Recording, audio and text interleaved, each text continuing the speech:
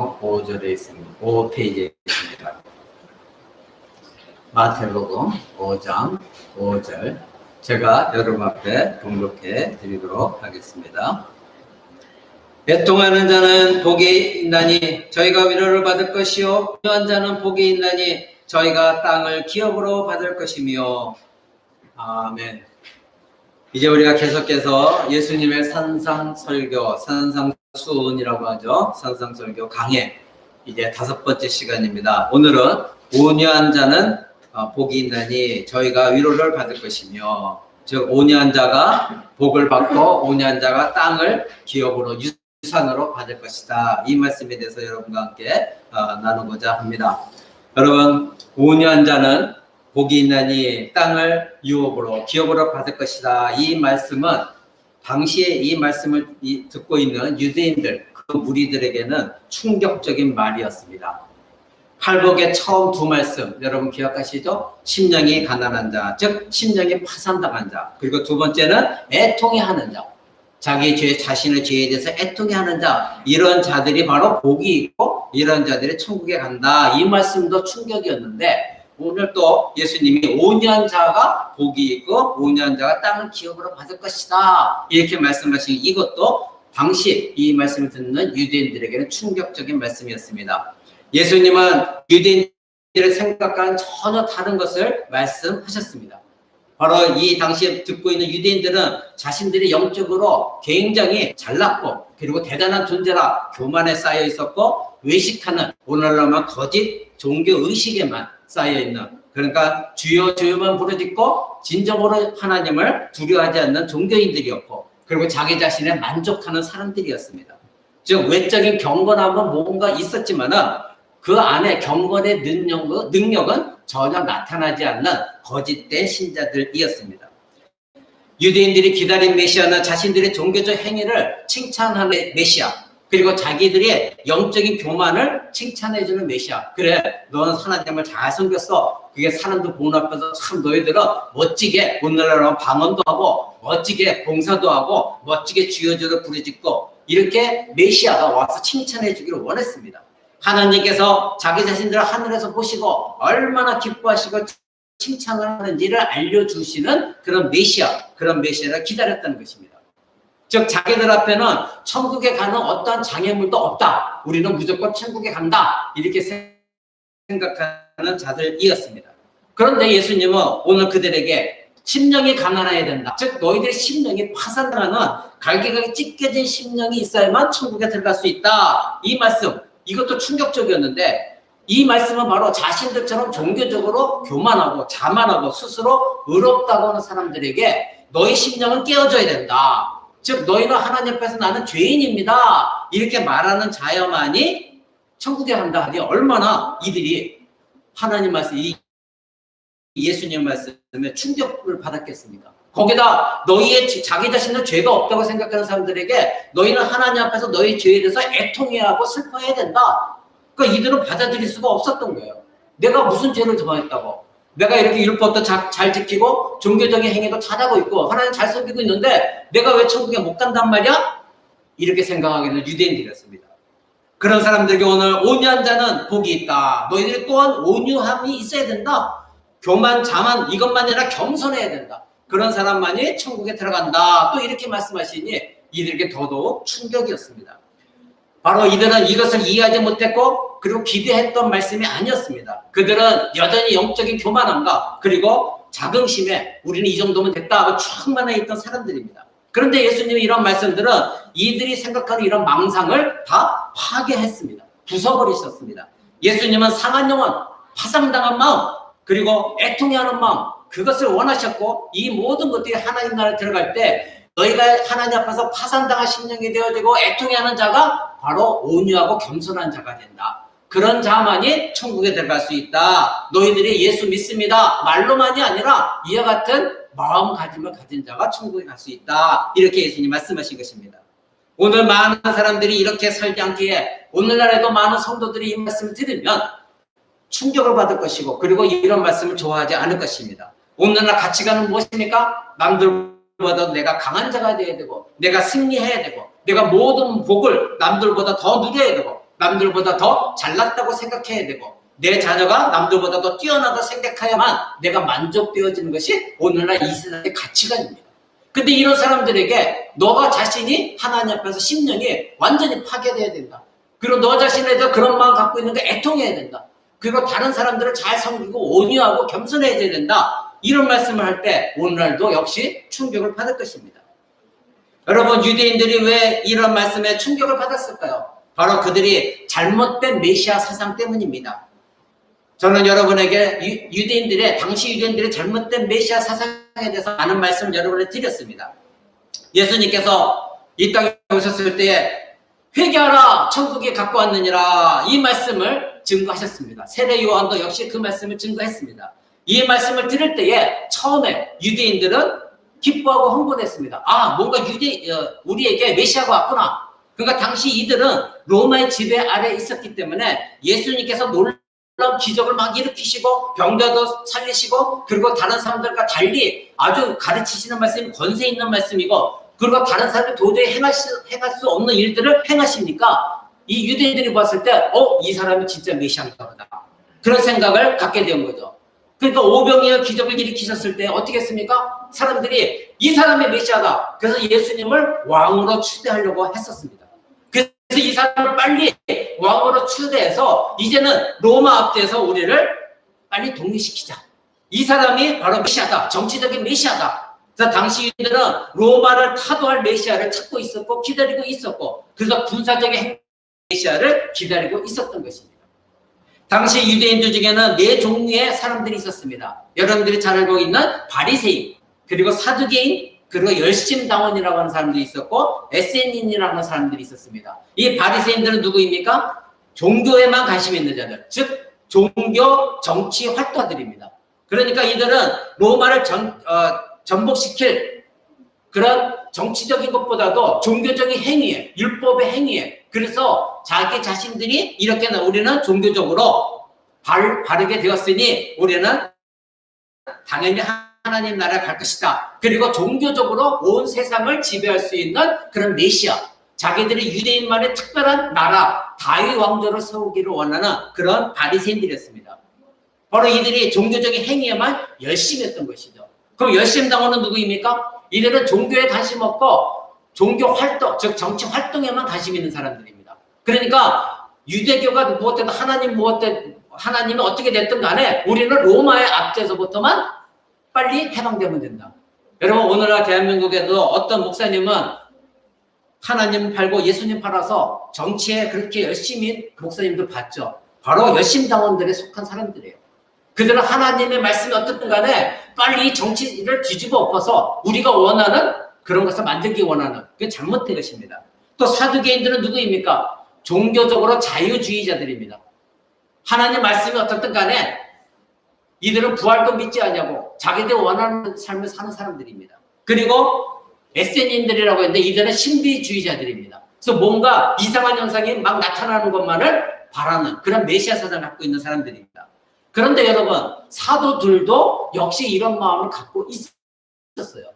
사도들조차도 예수님의 십자가 죽음도 받고 그리고 예수님 부활도 받지만은 예수님이 부활하시고 나서 그들에게 나타나시고 승천하시기 전에도 예수님에게 그런 말씀을 물었어요. 이 사도들조차도.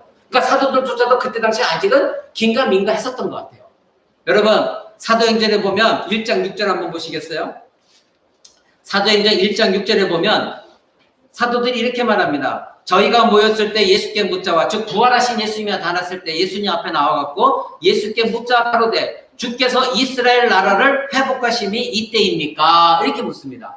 이스라엘 나라, 자기 나라를 다시 회복시키는 것, 로마의 압제를 회복시키는 것이 지금입니까? 왜냐하면 예수님 부활하셨으니까. 이제는 예수님이 죽었던 예수님이 자기들 눈앞에서 죽은 걸 확인했고 다시 부활하신 예수님이 나타났으니 이 예수님은 진짜 메시아다. 그런데 빨리 우리 정치적인 메시아로서 로마의 압제로부터 다시 이스라엘 나라를 회복하시는 것이 아닐까? 이렇게 물었던 것입니다. 여러분, 예수님은 나는 군사적으로 이 땅에 와서 너희를 해방시키는 것이 아니다. 이렇게 예수님이 여러 번 말씀하셨어요. 죽으시기 전에도. 바로 빌라도가 예수님에게 네가 유대인의 왕이냐 그렇게 물어봤을 때에 예수님이 하신 말씀이 내 나라는 이 세상에 속한 것이 아니다 이렇게 말씀하셨어요. 즉 내 나라는 바로 내가 속한 나라는 지금 이 땅이 아니다. 유대인도 아니고 이스라엘도 아니고 어떤 나라도 아니다. 내 나라는 어디다? 하나님 나라.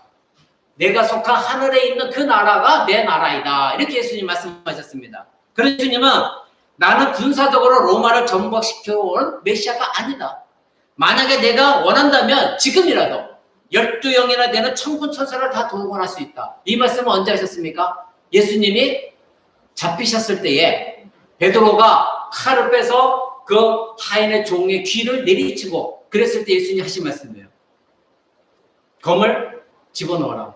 내가 지금 잡혀가는데 이것이 하나님의 뜻이다. 내가 죽어야만이 잡히고 고난당하고 죽어야만이 너희가 구원을 얻을 수 있다. 내가 지금 하나님인데 하늘에 있는 12영을 데리고 와서 이 사람들 다 내가 물리칠 수 없을 줄 아느냐? 나는 할 수 있다. 그러나 하나님의 뜻은 뭐다? 내가 잡혀가서 채찍맞고 고난당하고 십자가에 죽어야만 너희가 구원을 얻는 것이다. 예수님 그렇게 말씀하셨습니다. 그렇습니다. 만약에 예수님의 정치적인 메시아로 이 땅에 오셨다면 하늘에 있는 12영이나 되는 모든 천군 천사를 다 동원해서 다 물리치셨을 것입니다. 그러나 그것은 하나님의 뜻이 아니었습니다.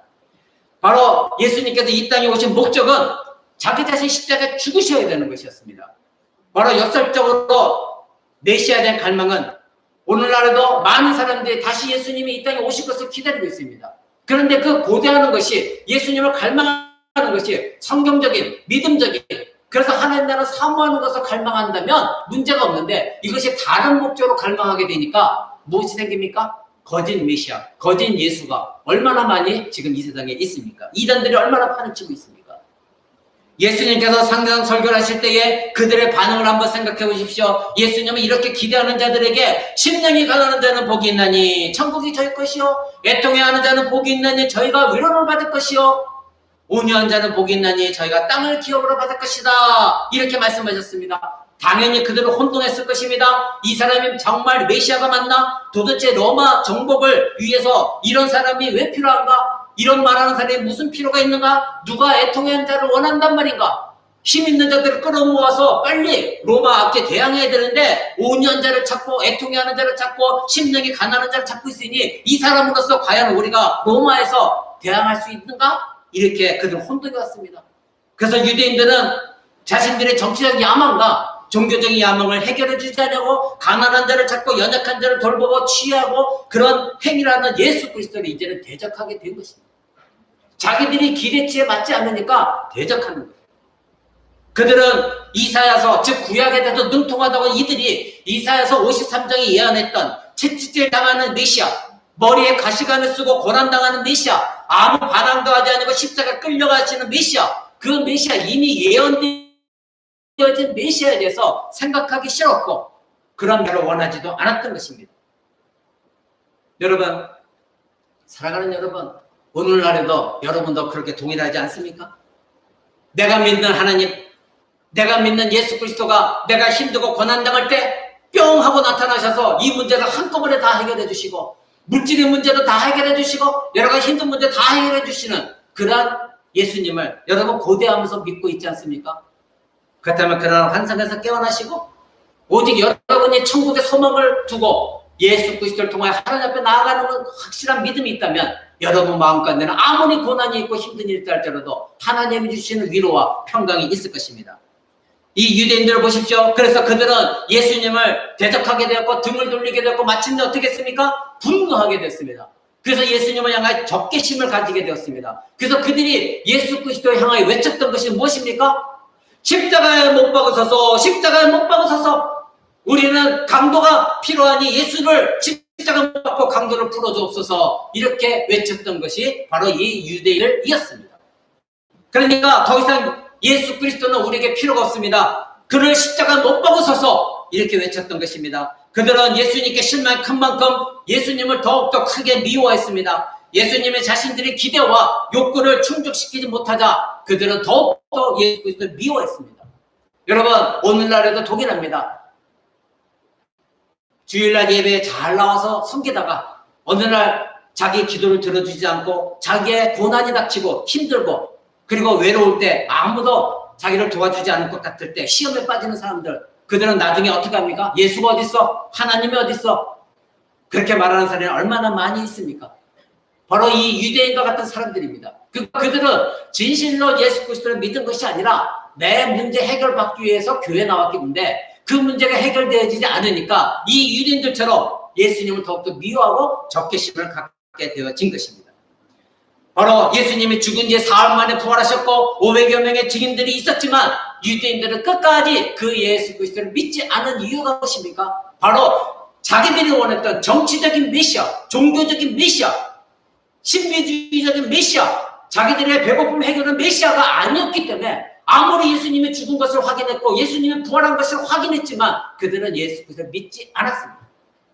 오늘도 동일합니다. 우리가 잘못된 복음을 전하지 말자고 하는 이유가 무엇입니까? 만약에 여러분이 기복신앙적으로만 복음을 전하면 그 사람들은 아무리 교회에 나와 앉아있어도 그들은 생각이 기복에만 가 있기 때문에 예수 그리스도에 대해서 그들은 믿을 수가 없는 것입니다. 그분이 나의 구세주요 바로 하나님 나라에 들어갈 수 있는 진정한 나의 길이요 진리요 생명이라는 것을 믿을 수가 없는 것입니다.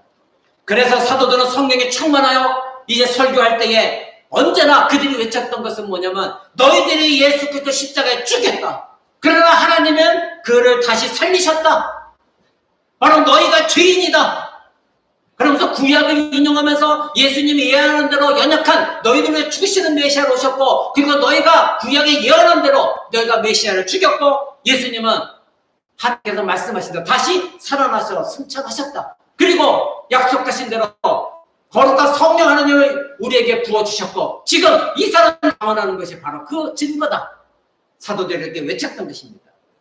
유대인들은 5년 전은 땅을 기업으로 받을 것이라는 말씀에 실망했습니다. 이 말씀은 그들의 생각에 전혀 부합되지 않는 말씀이었습니다. 이들은 예수님이 죄인들을 섬기고 구원하시기 위해 죽기 위해 이 땅에 오셨다는 것을 인식하지 못했습니다. 그러나 예수님은 철저히 죄인들을 섬기러 오셨습니다. 이는 이미 이사야서 40장부터 창세기 예언들이 그렇게 말씀하셨습니다. 누가복음 4장 18절 한번 보겠습니다. 누가복음 4장 18절. 예수님은 이사야 선지자의 말씀을 인용하면서 예수님은 이렇게 말씀하고 있습니다. 18절을 보겠습니다. 주의 성령이 내게 임하였으니 이는 가난한 자에게 복음을 전하게 하시려고 내게 기름을 부으사 나를 보내사 포도된 자에게 눈먼 자에게 다시 보게 함을 전파하며 눌린 자를 자유하게 하시고 주의 은혜의 해를 전파하게 하심이라. 이것은 바로 이사야 선지자가 예언한 말씀을 인용했습니다. 바로 이사야 선지자가 예언한 것이 바로 나에 대해서 예언한 것이다. 지금 가난한 자에게 복음을 증거하게 하시고 심령이 가난한 자에게 그래서 하나님께 내게 기름 부으셔서 나를 보내셔서 지금 죄에 포로된 자들에게 그들을 자유하게 하고 그리고 다시 영적인 눈이 죽어있는 소경된 자들에게 눈을 보게 함으로 눌린 자들, 죄에 억압당하는 자들에게 자유하게 하시고자 내가 왔다. 너희들에게 진정한 너희를 구원하게 내가 온 것이다. 이렇게 예수님 말씀하신 것입니다. 여러분 지금 상상 설교를 듣는 이 무리들에게 바로 예수님 하신 말씀은 뭐냐면 너희가 바로 눈먼 소경이다. 너희가 바로 가난한 자다. 너희가 바로 죄에 포로된 자들이다. 너희가 바로 지금 긍휼이 필요한 자들이다. 이것을 말씀하시면서 팔복에 대해 말씀하신 겁니다. 그러니 지금이라도 너희는 가난한 심령이 되어져라. 지금이라도 애통해하는 자가 되어져라. 지금이라도 온유한 자가 되어져라. 너희의 모든 종교적인 외식적인 껍질을 다 버리고 바로 이런 마음을 가져라. 예수님이 가르치신 것입니다. 예수님은 하나님과 동등됨을 부인하시고 스스로 죄인들을 섬기러 이 땅에 오셨습니다. 예수님은 로마를 전복시키러 오신 분이 아니라 바로 제자들의 발을 씻기러 오셨고 고난당하시고 우리를 위해 죽기 위해서 겸손하기 위해서 온유하시기 위해 이 땅에 오셨던 것입니다.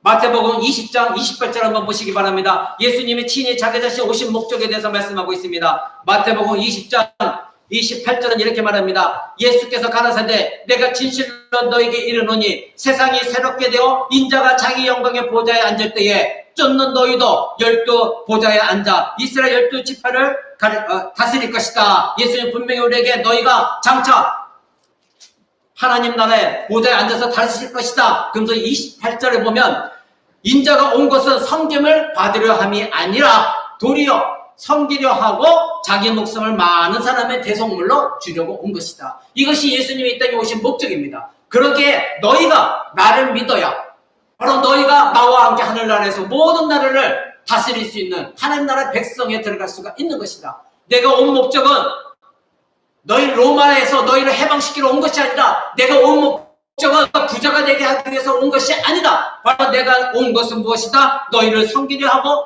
내 목숨을 많은 사람들을 위하여 바로 대속물로 십자가에 죽기 위해서 내가 온 것이다. 이렇게 예수님이 말씀하신 것입니다. 바로 자기 부인입니다. 하나님이심에도 불구하고 우리를 위해 죽기 위해서 인간의 몸을 입고 오신 자기 부인, 즉 겸손입니다. 이것이 온유함인 것입니다. 바로 예수님 말씀은 자기 의로움에 충만한 자, 자기는 완전하다고 생각하는 자, 나는 이 정도 신자면 되지 않은 자랑하는 자, 세상의 건세를 누려하는 자는 하나님 나라에 절대 들어갈 수가 없다는 것입니다. 바로 거짓 종교인이 하나님의 나라에 들어가는 것이 아니라 심령이 가난한 자, 애통한 자, 온유한 자, 하나님의 의에 줄이고 하나님의 의로움에 목마른 자, 긍휼을 베푸는 자, 마음이 청결한 자, 그리고 화평케 하는 자, 내가 아무리 신앙 속에서 박해를 당한다 할지라도 참고 견디고 이기는 자, 이런 자들이 천국에 들어간다. 예수님 말씀하셨습니다.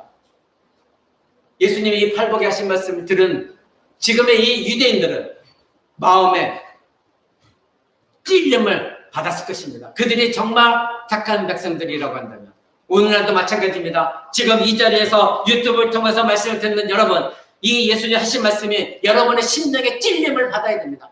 아, 그렇구나. 내가 지금 잘못된 신앙생활을 하고 있구나. 잘못된 믿음 속에 살아가고 있구나. 여러분, 이 마음을 가져야 됩니다. 유대인들은 이러한 메시아를 원치 않았습니다. 그들은 영웅을 원했습니다. 하나님의 강력한 기적과 능력을 나타내 보이고 군사력을, 힘을 가지고 있는 그런 메시아를 원했습니다. 예수님은 이러한 마음을 가진 자들의 심령을 찌르셨습니다. 바로 너희가 하나님 나라에 들어가고 싶냐? 그러면 먼저 정치적 메시아를 기다리지 말고 너희의 심령이 가난해져라. 애통하는 자가 되어라. 온유한 자가 되어라. 이렇게 말씀하고 있는 것입니다. 여러분, 이 복이 있는 자는 자신의 죄에 참된 회개와 하나님께 거룩한 반응을 하는 자들입니다. 여러분은 얼마나 일상생활 속에서 자기 자신의 죄에 회개하고 하나님께 거룩한 반응을 하는지 저는 알 수가 없습니다. 불행한 자들은 이러한 복을 무시합니다. 하나님 나라에서 쫓겨난 자들이요, 오만하고 독선적이며 자만한 자들입니다. 절대 회개하지 않습니다. 목이 곧은 백성들입니다. 참으로 이들은 끔찍한 일을 행합니다. 그들은 절대 천국에 들어갈 수가 없습니다. 열심당원들은 군사적인 메시아를 원했고, 바리새인들은 종교적인 메시아를 원했고, 기적을 일으키는 메시아를 원했습니다. 사두개인들은 물질적인 복을 받는 메시아를 원했습니다. 그리고 에세니인들은 신비주의적인 뭔가 이상한 일이 벌어지는 걸 원했습니다. 그러나 예수님은 온유한 자들이 하나님 나라에 들어간다 말씀하십니다. 바로 하나님의 나라는 군사적인 나라도 아니요, 종교적인 나라도 아니요, 물질 만능주의적인 나라도 아니요, 바로 온유한 자들, 심령이 가난한 자들, 애통한 자들이 들어가는 것이다. 오늘날 우리는 행복과 성공이 자신의 힘이요, 내 자신감이요, 자기 확신이요, 적자생존이야, 내가 남을 짓밟고 일어나야만이, 내 자녀도 남을 짓밟고 일어나야만이, 그래서 절대 싸움에서도 져서는 안 돼, 이런 마음 갖고 있는 것이 오늘날 우리들 부모들의 마음입니다. 그래서 너는 긍정의 힘을 가져 하나님 말씀보다도, 양보하는 것보다도, 하나님께 매달리는 것보다도 그냥 때리고 와, 이렇게 말하는 것이 오늘날 우리 신자들입니다. 여러분, 수단과 방법을 가리지 않고 부정과 부패를 일삼고 남을 짓밟고 조롱하면서 경제적인 우위와 학벌 우위에 집착하여 사회 공동체가 지금 우리나라도 엉망진창이고 혼란을 가져오고 있습니다. 모두가 무엇입니까? 바로 자기 자신의 명예욕입니다. 그래서 그래서 자기 자신과 관계된 사람들, 반대되는 사람 짓밟는 것, 남을 착취하는 것, 남보다도 뭔가 불법을 저질러서 다만 10,000원이라도 더 얻어보려고 하는 물질 만능주의, 이것이 오늘날 젊은이에게도 얼마나 지배하고 있습니까? 부모들도 내 자식만 잘들만 되면 무엇이든지 하는 악한 마음이 바로 교회 안에서 일어나고 있는 것이 현실입니다. 여러분, 온유함을 가르치는 여러분의 자신이 만약에 오래함을 가르친다면 그것은 자녀의 손해와 피해만 입을 것, 이것을 각오해야 됩니다. 그렇습니다. 그런데 내 자녀가 또는 내가 온유함을 갖고 손해본다는 생각 갖고 있다면 하나님은 여러분에게 여러분 자신을 보면서 하나님 어떻게 생각하시겠습니까? 얘야, 나는 온유한 마음을 너에게 원했는데 네가 만약 손해본다면 내가 어떤 방법으로도 모든 것이 협력과 선을 이루게 하신 내가 너 그 모든 걸 채워줄 텐데 너는 지금 나를 믿지 못하고 신뢰하지 못하고 있구나. 여러분 하나님께 모든 걸 맡기시고 온유한 마음을 갖는 여러분 되시기 바랍니다. 여러분 그래서 에베소서는 말합니다. 에베소 4장 1절 한번 보시기 바랍니다. 이렇게 말합니다. 그러므로 주 안에서 갇힌 내가 너희를 권하노니 너희가 부르심을 입은 부름에 합당하게 행하여 모든 겸손과 온유로 하고 오래 참음으로 사랑 가운데 서로 용납하라. 이렇게 가르칩니다. 모든 겸손, 모든 온유, 오래 참음, 그리고 사랑, 그것 가운데 용납하라. 신약성경은 계속해서 우리의 온유함에 대해서 말합니다. 골로새서 3장 12절은 이렇게 말합니다. 그러므로 너희는 하나님의 택하신 거룩하고 사랑하신 자처럼 긍휼과 자비의 겸손과 온유와 오래 참음의 옷을 입어라. 언제나 겸손하라, 긍휼을 가져라, 자비의 마음을 가져라, 오래 참아라. 이렇게 성경은 우리에게 원하고 있습니다. 여러분 구약에서도 마찬가지입니다. 시편 22편 26절도 마찬가지입니다. 겸손한 자는 먹고 배부를 것이요 여호와를 찾는 자는 그를 찬양할 것이라. 너희의 마음은 영원히 살지어다. 겸손한 자, 온유한 자는 얼마든지 먹고 배부를 것이라는 것입니다. 이 말씀 믿으시기 바랍니다. 여러분 이 말씀을 여러분들 내가 손해볼 것이야 한다면 여러분 신자가 아닙니다. 바로 온유한 자가 여호와를 찾고 그럴 자는 하나님을 찬양하며 그 너희의 마음을 영원히 살게 될 것이다. 그리고 너희는 하나님을 책임지신다. 이것이 바로 하나님의 약속입니다. 영원한 생명은 바로 온유한 자의 것인 것입니다. 교만한 사람이 아니라 온유한 사람에게 하나님은 배불리게 하실 것이고 그들에게 영원히 살 영생을 주실 것입니다. 여러분 그렇다면 온유함은 무엇을 말합니까? 심령이 가난하고 애도하는 사람이 온유한 사람입니다. 온유함은 가난한 심령을 가진 자가 애통하는 마음에서 나오는 것입니다. 그러니 처음부터 심령이 가난하지 않고서는 애통함이 없고서는 이 온유함은 있을 수가 없는 것입니다. 이 온유함의 성경적인 해석은 바로 무엇이냐면 하나님은 스스로 자기 자신을 통제하시는 힘입니다. 이것이 바로 온유함입니다. 이것을 여러분에게 풀어 알려드리고자 합니다. 첫 번째 온유함은 예수님의 성품입니다. 예수님은 이 땅에 오셨을 때에 하나님이시면서도 자기 자신을 완전히 비우시고 하나님이 모든 것을 부인하시고 인간의 몸을 입고 이 땅에 오셨습니다. 그리고 왕으로 오셨지만 그는 겸손해서 나귀에 바로 말 구유에 태어나셨고 예수님이 예루살렘 성에 입성하실 때는 나귀도 없으셔서 빌린 나귀를 타시고 멍에 매는 짐승의 새끼를 타셨습니다. 오늘날에는 대형 목사님들을 보십시오. 대단한 아주 비싼 1억이 넘는 그런 아주 쩌렁쩌렁한 자동차를 타고 다닙니다. 성도들이 해줬다고 자랑합니다. 예수 그리스도는 자기의 차도 없으셨습니다. 말도 없으셨습니다. 빌린 나귀를 타고 예수님은 예루살렘 성에 입성하셨습니다. 바로 그것은 무엇입니까? 예수님이 이 세상의 모든 만물이 다 예수님 것이었는데 예수님이 백마를 타실 수 없겠습니까? 아닙니다. 타실 수 있으셨습니다. 그러나 예수님은 스스로 자기 자신의 모든 권세, 자기 자신의 모든 힘을 자기 자신의 통자에 놓으셨고 겸손하고 낮아지셨습니다. 바로 이것이 자신의 힘을 통제하는 온유함인 것입니다. 나약함이 아닙니다. 자기를 스스로 비우고 자기 부인에서 나오는 온유함인 것입니다. 여러분이 왜 온유함을 갖지 못하냐면 내 자신이 상한 심령이 되지 못하기에 그래서 나를 부인하지 못하기 때문에 여러분이 온유함을 갖지 못하는 것입니다. 바로 하나님 앞에서 깨어진 심령, 절제와 통제가 가능한 힘을 갖고 있는 여러분이 되어져야 되는 것입니다. 구약 잠언서 25장 8절은 이렇게 말합니다. 구약의 잠언서 한번 보겠습니다. 구약의 잠언서 25장 중요한 말씀이기 때문에 한번 여러분과 같이 보기를 원합니다. 25장 8절 한번 보시기 바랍니다. 잠언서 25장 8절 이렇게 말합니다. 자기의 마음을 제어하지 않는 자는 성읍이 무너지고 성벽이 없는 것과 같다. 이렇게 말하고 있습니다. 자기의 마음을 제어하라는 것입니다. 자기의 마음을 제어하지 않는 자들은 바로 뭐한다? 성읍이 무너지는 성벽이 없는 것과 같다. 만약 여러분의 온유함을 통제하지 않는다면 여러분의 마음을 통제할 언어도 없는 것입니다. 바로 파괴된 도시와 같다는 것입니다. 그래서 노하기를 더디하는 자는 용서보다도 낫고 자기의 마음을 다스린 자는 성을 빼앗는 자보다 낫다. 성경 계속해서 말하고 있습니다. 여러분 자기 자신의 마음을 통제하는 것 이것이 온유함입니다. 바로 이 온유함은 갈라디아서 5장에 나와 있는 성령의 열매 중 하나입니다. 여러분의 진정한 하나님의 백성이라고 한다면 여러분 온유한 마음을 가져야 되는 것입니다. 바로 심령이 가난한 자, 자기의 마음을 하나님 애통해하면서 하나님 앞에 그렇습니다. 내가 지금 비록 이것을 할 수 있지만 하나님을 위해서 내가 이것을 통제하겠습니다. 내 마음을 내가 제어하겠습니다. 참겠습니다. 오래도록 참겠습니다. 이것이 바로 온유한 자가 갖는 마음인 것입니다. 온유함은 폭력의 반대이고 복수의 반대입니다. 온유한 사람은 바로 동정하는 마음이 있습니다. 긍휼의 마음이 있습니다. 온유한 사람은 자기 자신이 죽은 사람이기 때문에 십자가의 그리스도와 함께 옛사람이 못 박힌 사람입니다. 그러기에 어떠한 상황에서 내 안에 들끓는 분노, 미움의 감정이 죽어있는 사람입니다. 그러기에 남들에게 폭력에 행사하지 않고 복수심을 행사하지 않습니다. 네가 나한테 그렇게 했지? 그러니까 나도 너한테 그렇게 할 거야. 이런 마음을 갖지 않는 사람인 것입니다. 즉 원한을 품지 않는 사람입니다. 이미 죽어있는 사람이기 때문에 더 이상 죽지 않는 것입니다. 이미 넘어진 사람은 더 이상 넘어질 수가 없습니다.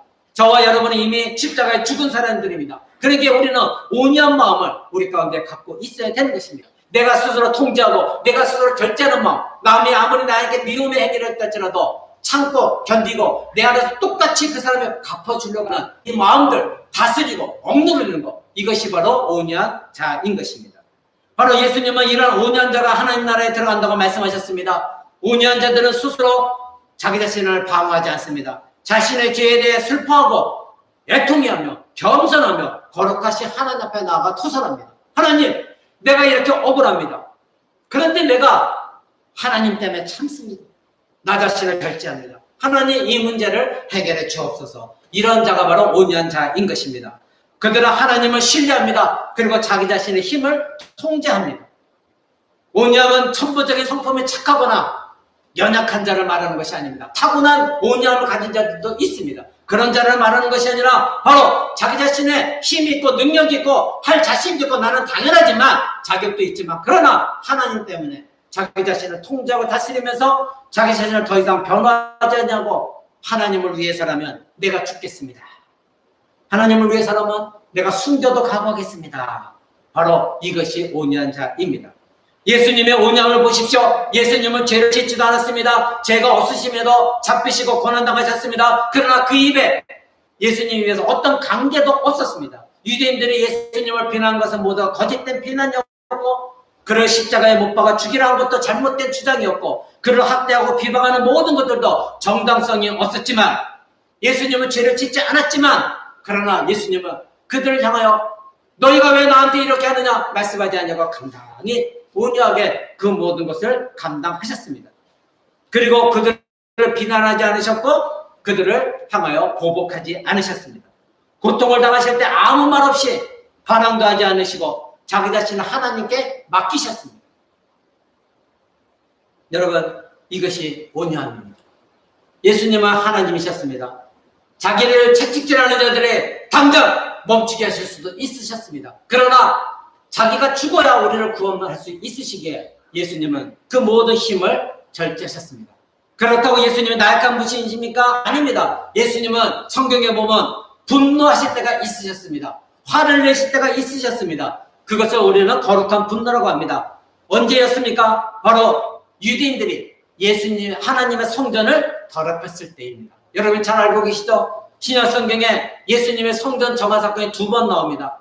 그럴 때 예수님은 채찍을 만드셔서 그들을 때리시고 그들을 모든 상행이 하는 물건을 사고 팔고 동전 나누고 하는 모든 걸 다 뒤어 엎으시고 그들을 성전을 내어 쫓으셨습니다. 왜 그랬습니까? 너희가 지금 하나님의 성전, 기도하는 내 집을 너희가 지금 엉망진창으로 만들었다. 분노하시고 그들을 책망하시고 다 내어 쫓으셨습니다. 바로 예수님의 온유함은 자기 자신을 방어하지 않지만 바로 하나님의 이름 그리고 하나님의 영광 이것을 억지하는 자들, 모욕하는 자들에게는 반드시 거룩한 분노를 하신 분이 하나님이십니다. 바로 이 온유하는 것은 나는 결코 나 자신을 방어하지 않지만 하나님의 이름이 욕되게 하고 하나님 이름이 더럽힘을 받는다면 죽을 각오를 하고 바로 하나님의 이름을 위해서 싸우는 자, 분노하는 자, 이들이 바로 온유한 자들인 것입니다.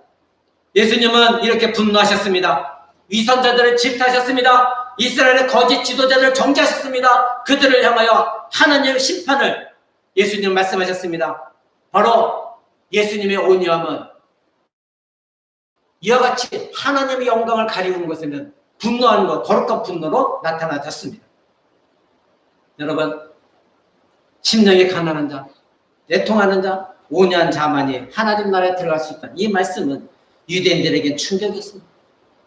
만약에 여러분이 이 말씀에 충격받지 않는다면 두 가지 중에, 두 신자 중에 하나입니다. 첫째는 여러분이 정말로 온유한 삶을 살고 있고 정말로 심령이 가난한 삶을 살고 애통하는 삶을 살고 있다면 이것은 충격이 아닐 것입니다. 두 번째는 여러분은 거짓된 신자라면 이 말씀은 아무런 충격이 오지 않을 것입니다. 여러분, 자신의 거짓된 거룩함을 지키기 위해서 시간을 보내지 마십시오. 이 유대인들처럼 나는 그리스도이냐? 난 그래도 주의를 지켜? 난 그래도 성경 봐? 그래도 가끔 기도는 해? 여러분, 이 거짓된 종교 행위 때문에 여러분이 하나님 나라가 들어갈 자격이 있다고 그러한 담대한 잘못된 믿음, 그것으로 시간을 보내지 마십시오. 바로 유대인들은 위선자였고 교만하였고 욕심쟁이였고 겸손이라는 걸 전혀 삶 가운데 찾아볼 수가 없습니다. 그들은 온유의 의미를 몰랐기 때문에 바로 하나님 나라에 합당한 자들이 아니었습니다. 그들은 자신들이 가진 힘을 통제할 생각도 없었고 그리고 자신들을 위해 그 힘을 그들은 남용했습니다. 그래서 예수님을 핍박했고 예수님은 채찍전에 넘겨주었고 예수님 십자가 못 박아 죽이라고 그토록 외쳤던 것입니다. 여러분, 믿음의 온유함을 드러낸 선지들을 한번 보십시오. 구약에 보면 아브라함을 보십시오. 아브라함은 어떤 사람입니까? 하나님 언약을 직접 받았습니다. 언약에 수여자였습니다. 내가 너로 창대케 할 것이고 너의 모든 자손을 번성케 할 것이다. 그리고 언약의 말씀을 가지고 너는 본토 친척 아비집을 떠나라. 그리고 내가 지시할 땅으로 가라. 그는 어느 땅인지도 모르고 하나님의 말씀하신 대로 떠났습니다. 하나님 말씀에 순종했습니다. 언약을 받은 자입니다. 근데 누가 함께 갔습니까? 바로 자기의 조카 롯과 함께 갔습니다. 그런데 어느 날 아브라함과 롯의 가축들이 많았습니다. 그래서 어느 한 땅에 가축들을 풀어놨더니 자기 자신이 아브라함의 가축 하인들의 풀을 먹이는 하인들과 그리고 롯의 하인들과 싸움이 일어났습니까? 왜요? 바로 목초지가 한정되어 있는데 서로가 양떼들을 가축들을 먹이려고 하는 싸움이 일어나는 것입니다. 그때 아브라함이 말합니다. 롯아, 이제는 너와 나 헤어질 때가 됐다. 내가 너에게 먼저 선택권을 준다. 먼저 아름다운 땅, 좋은 땅을 선택해서 가라. 네가 만약 동쪽으로 가면 나는 서쪽으로 할 것이요. 네가 서쪽으로 가면 나는 동쪽으로 할 것이다. 결국 롯은 자기가 봤을 때 아주 기름진 땅, 소돔과 고모라 성을 향하여 선택해 갔습니다. 여러분, 이때 당시 아브라함 보십시오. 아브라함은 권세가 있었고 롯에게 롯, 너는 여기 있어. 그리고 나는 내가 좋은 목소리 찾아갈 거야. 할 자격도 있었습니다. 권세도 있었습니다. 그리고 롯을 죽일 수도 있었습니다. 그러나 아브라함은 어떻게 했습니까? 자기의 모든 권리를 내려놨습니다. 그리고 롯에게 먼저 네가 좋은 땅을 찾아라. 그러면 나는 너의 반대 방향으로 갈 것이다. 그리고 아브라함은 어떻게 했습니까? 모든 것을 하나님께 맡겼습니다. 결국 롯이 자기가 좋은 땅이라 찾아간 세상적인 안목으로 찾아간 그 땅은 어떻게 됐습니까? 소돔과 고모라 성에 하나님의 심판이 임하였고 그 땅은 처참하게 불의 심판을 받은 땅이 되었습니다. 바로 아브라함은 자기 자신을 다스리고 계신 하나님께 모든 것을 맡겨드리고 자기 자신이 힘 갖고 있는 권력, 그것을 자기가 통제했습니다. 절제했습니다. 그리고 그것을 남 온유함으로 견성함으로 롯을 대했던 것입니다. 여러분, 요셉도 보십시오. 요셉은 형제들이 미워했기 때문에 노예로 팔려갔습니다. 근데 애굽에서 국무총리가 되었습니다. 어느 날 애굽 땅에 기근이 들었을 때에 이 형들이 양식에 떨어져서 바로 이 애굽 땅에 양식을 가지러 왔습니다. 그때 애굽의 국무총리가 된 요셉 앞에 무릎을 꿇었습니다. 그때 요셉이 한 행위가 무엇이었습니까? 잘됐다. 이 형들 나를 그렇게 노예로 팔았지? 그리고 그들에게 보복을 했습니까? 아닙니다. 요셉은 그들에게 양식을 나눠주고 그들에게 무릎 꿇고 같이 끌어안고 울면서 그들을 용서했습니다. 그래도 형들은 혹시 요셉이 우리를 아버지가 야곱이 죽은 다음에 우리를 해하지 않을까? 그러나 요셉은 그렇게 하지 않았습니다. 오히려 그들에게 애굽으로 들어와서 그 기근을 피하게 했고 바로 이스라엘 백성들이 애굽 땅에 살도록 한 사람이 요셉입니다. 바로 국무총리가 돼서 모든 권세와 권력을 다 갖고 있는 요셉이었지만 그 모든 것들 철저하게 통제했습니다. 그리고 그 형들을 용서했고 그들의 긍휼을 베풀었습니다. 이것이 바로 겸손입니다. 보복하지 않았습니다. 이것이 온유함인 것입니다. 다윗을 한번 보십시오. 사울 왕이 되었을 때 사울은 자기 자신이 왕이 되었을 때 다윗은 하나님께 기름 부어서 왕을 세웠습니다. 바로 사울이 하나님께 죄를 범했기 때문입니다. 이것을 안 사울은 다윗을 죽이려고 했습니다. 몇 번씩이나 죽이려고 했었습니다. 그럴 때마다 다윗은 도망다녔습니다. 자기 자신은 아무런 죄를 짓지 않았지만 도망다녔습니다. 어느 날 다윗을 죽일 기회가 있었습니다. 그럴 때 그 수하들이 동굴에 들어온 사울, 그가 잠자고 있을 때에 바로 어떻게 했습니까? 저 사울왕의 옷깃을, 사울왕을 죽이십시오. 지금이 기회입니다. 그러나 다윗은 바로 하나님께 기름 부은 사울왕이기 때문에 그렇게 하지 않았습니다. 자기 자신 사울왕을 당장 죽이면 자기 자신이 왕이 되어줄 수 있었고 억울한 누명도 다 벗어줄 수 있었습니다. 그러나 다윗은 그 모든 권세와 기회를 갖고 있었지만 하지 않았습니다. 왜 그렇습니까? 모든 것이 하나님 뜻에 맡겼습니다. 사울도 하나님께 기름 부으신 자이기 때문에 하나님의 하시겠지. 그리고 보복하지 아니하고 다만 사울왕의 옷만 비었습니다. 그리고 사울왕이 멀리 떨어져서 사울왕이 외쳤습니다. 왕이시여, 나는 당신을 죽일 수 있는 기회가 있었지만 죽이지 않았습니다. 당신은 어째야 죄가 없는 나를 자꾸 죽이려고 합니까? 그렇게 사울왕이 알렸던 것이 바로 다윗이었습니다. 여러분, 모세를 아시죠? 아까 예수님의 거룩한 분노를 말씀드렸습니다. 모세도 거룩한 분노가 있었습니다. 모세는 바로 애굽의 왕족으로 자라났습니다. 그는 왕족으로 있었을 때, 왕절에 있었을 때 애굽인을 쳐서 죽일 정도로 혈기가 왕성했던 사람입니다. 근데 그가 도망가고 나서 46년 광야에서 온유한 자가 되었습니다. 하나님의 훈련을 받았습니다. 하나님께서 모세를 부르셨을 때에 너가 이제는 애굽 왕에 가서 이스라엘 백성을 구출하라. 그랬을 때 모세가 한 말이 무엇입니까? 내가 누구간데 그거에 가겠습니까? 나는 말이 어눌한 자입니다. 나는 능력이 없는 자입니다. 그러나 하나님께서 명령하셨습니다. 내가 너로 함께 할 것이다. 내가 너를 사용할 것이다. 모세는 이제 담대하게 애굽 왕에 가서 하나님 말씀을 전했습니다. 죽음을 각오하고 그 말씀을 전하면 자기가 죽을 것을 알고 담대하게 전했습니다.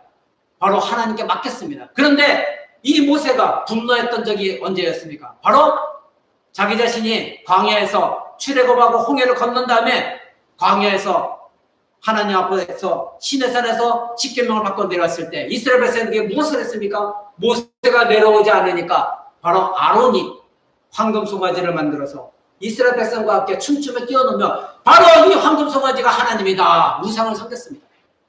그럴 때 모세가 내려와서 어떻게 했습니까? 바로 하나님 주신 돌파를 집어던지고 깨뜨리면서 이제 너희는 심판을 받아 저주받을 죽을 것이다. 그래서 그 만든 모든 자들을 가려내어서 그들을 어떻게 했습니까? 그 황금가지를 갈아갖고 그걸 먹이고 그 모두를 다 살육시켰습니다. 완전한 분노를 일으켜 그 모두를 죽인 것이 바로 모세였습니다. 거룩한 분노였습니다. 왜?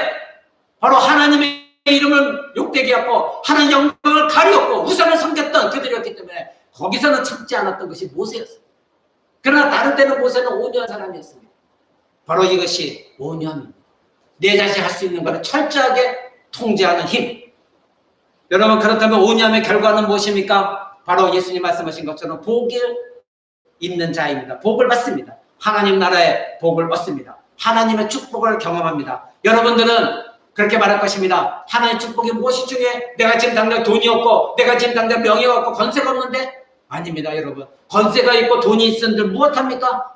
여러분, 삼성의 회장이라고 하는 사람도 그 모든 돈이 그렇게 많아도 고난이 있기 때문에 자기 자신이 잠깐 동안 그 고통을 잊고자 피부과에 가고 그 잠자는 약을 맞는 거. 여러분, 그 고통 그것이 좋습니까? 권세, 그 돈의 물질 많은 것이 그렇게 좋습니까? 아닙니다. 그들의 위로가 없습니다. 평안이 없습니다.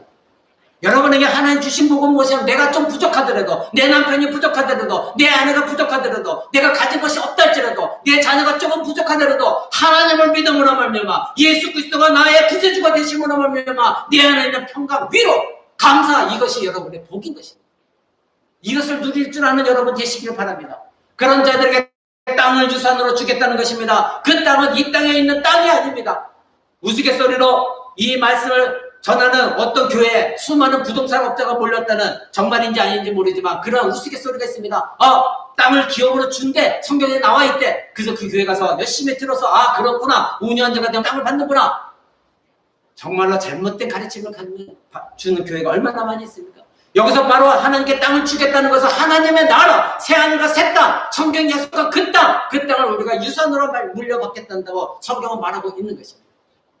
바로 온유함의 결과는 우리에게 복이 있고 이 땅을 얻게 되어질 것이다. 우리에게 말하고 있는 것입니다.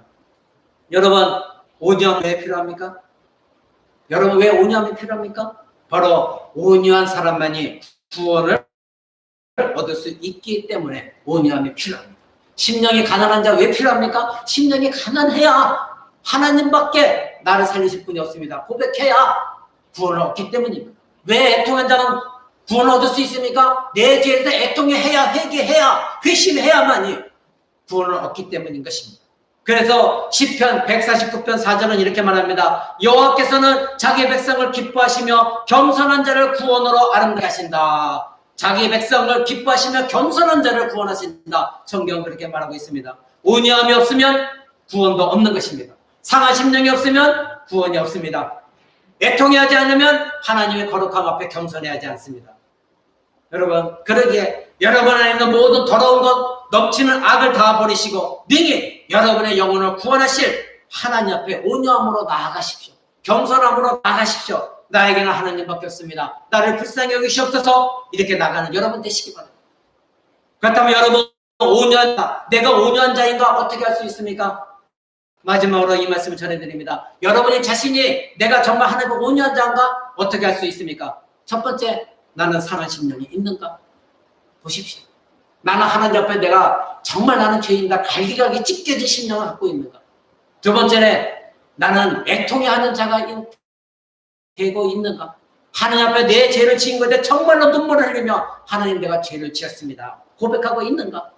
세 번째로는 나 자신이 갖고 있는 모든 내 마음을 내가 통제하고 있는가? 내가 절제하고 다스리고 있는가? 나는 저 사람을 앞에 분노할 수 있지만 그러나 나 자신을 다스리고 내가 죽겠습니다. 이런 마음을 갖고 있는가? 여러분의 마음을 통제하고 있습니까? 여러분의 마음을 절제하고 있습니까? 여러분이 정말 남들에게 나는 도저히 자존심 상해서 도저히 못 참겠어 하고 분노하고 있습니까? 아니면 내가 하나님 때문에, 예수 그리스도 때문에, 나는 천국 백성이기 때문에, 언약 백성이기 때문에 내 자신을 통제하며 다스립니다. 그러나 하나님의 이름을 욕되게 하고 하나님의 영광을 가리운다면 나는 당연히 거룩한 분노를 내겠습니다 하는 여러분이십니다. 여러분, 이런 자가 바로 온유한 자입니다. 여러분 자신을 뒤돌아보시기 바랍니다. 바로 온유함은 이런 마음에서 나옵니다. 자기를 부인하는 마음, 자신의 힘, 능력, 자랑, 교만, 자기 사랑, 모든 것 이것을 통제하기 시작합니다. 그러나 그런 사람 연약한 자가 아닙니다. 바로 태생적으로 온유한 사람도 아닙니다. 나는 과거에는 엄청 분노했고 그리고 나 자신의 힘을 자랑했던 사람이지만 그러나 지금은 예수 그리스도 때문에 예수 그리스도 믿음을 말미암아 하나님 나라에 들어가기 위해서 이 모든 것 배설물로 여기고 다 버리고 자기 자신을 부인하며 스스로 통제하는 사람, 이런 사람이 바로 온유한 사람이며 겸손한 사람입니다.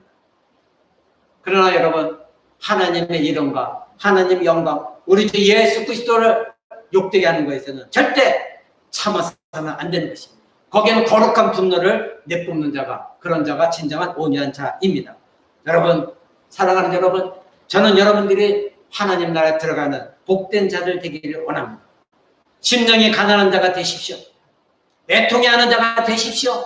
그리고 여러분의 마음을 통제하는 온유한 자가 되십시오.